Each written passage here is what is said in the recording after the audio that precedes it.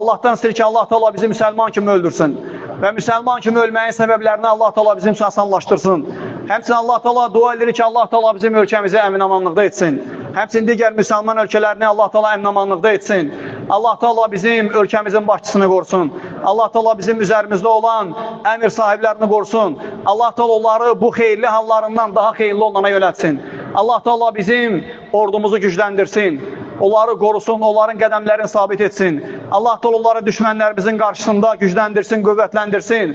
Onların qəlbinə güc versin Allah Teala. Onların qarşısında olan düşmənimizin qəlbinə Allah Teala qorxu salsın.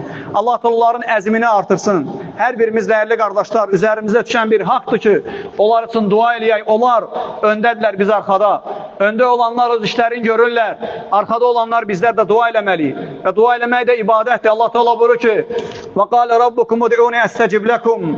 Rəbbimiz xəbər verdi ki, mənə dua eləyin, mən də sizə cavab verim. Dua olunmağa layiq olan insanlardan ən mühüm olan onlardır. Hal-hazırda onlar bizim keşiyimizi çəkirlər. Onlar səbəbdirlər ki, biz əmin-amanlığın içərisində yaşayırıq. Allah Teala onlara, ölənlərə rəhmət eləsin. Onların yaxınlarına səbir versin Allah Teala. Allah Teala bizim cəmaatımıza bərəkət versin.